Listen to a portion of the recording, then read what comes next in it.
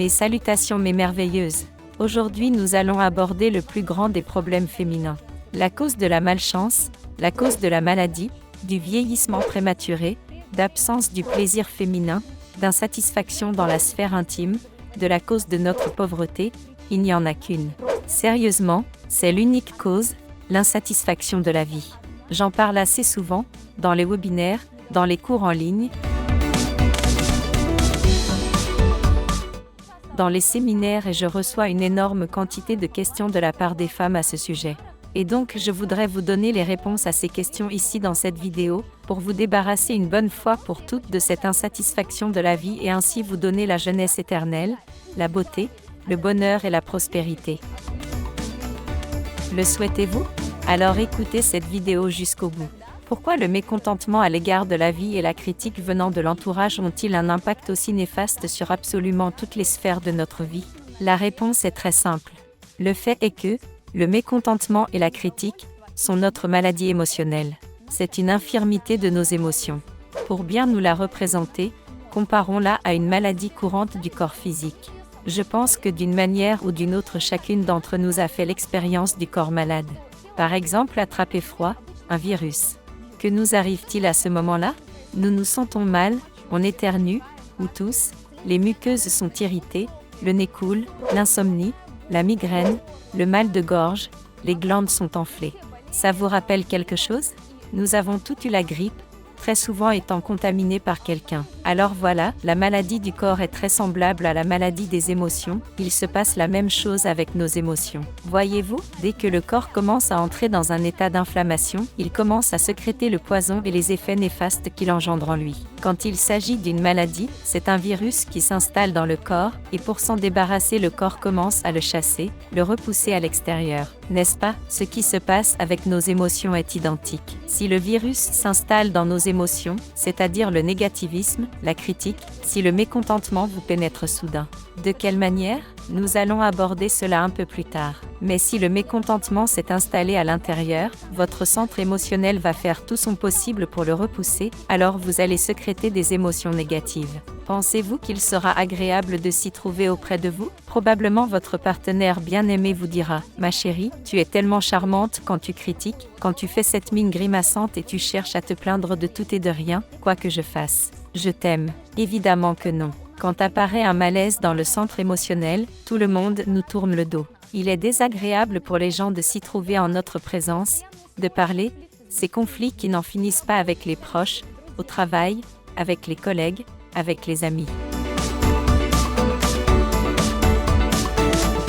S'il s'avère qu'il y a des symptômes similaires dans votre vie, sachez que vous êtes peut-être déjà contaminé par la critique et le mécontentement. Réellement, mes chers, c'est une maladie effrayante.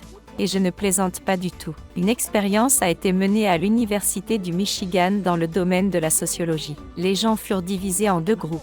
Ils ont été payés une fortune pour accepter d'aller jusqu'au bout de cette expérience, qui allait avoir un impact affreux et choquant sur leur vie. Le premier groupe de ces personnes devait réagir négativement pendant un mois à tout ce qui se passait autour d'eux. La météo est horrible, le soleil est cuisant, la pluie, je déteste cet affreux, l'humidité, c'est boueux, le taxi est en retard, la nourriture est dégueulasse, c'est trop salé. C'est-à-dire qu'ils expriment à voix haute le mécontentement dans leur vie quoi qu'il se passe.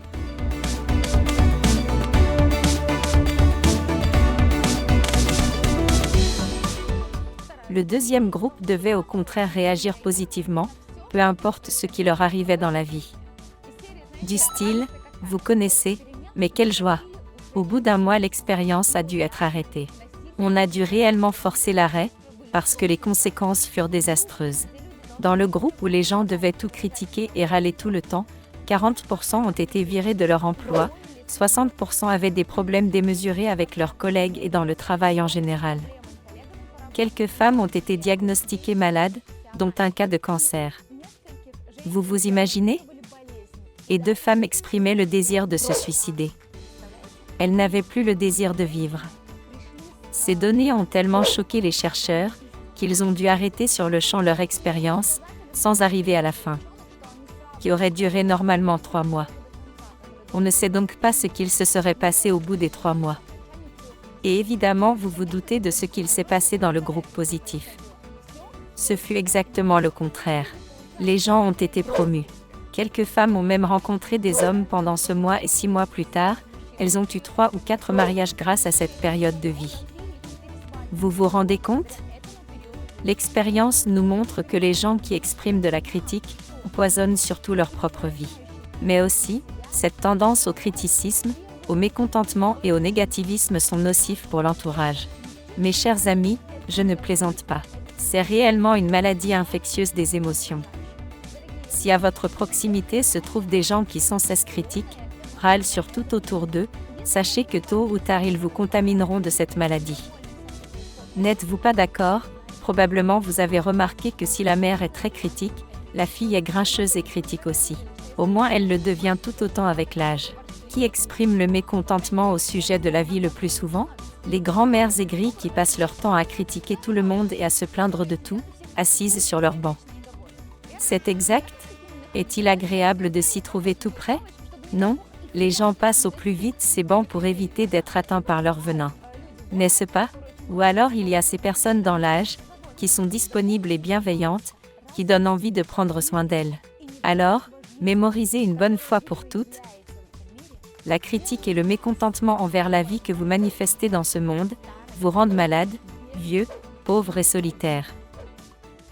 Amulettes et talismans pour enfants, partenaires et parents. Exprime ton amour pour eux avec cette amulette. Inscris-toi ici.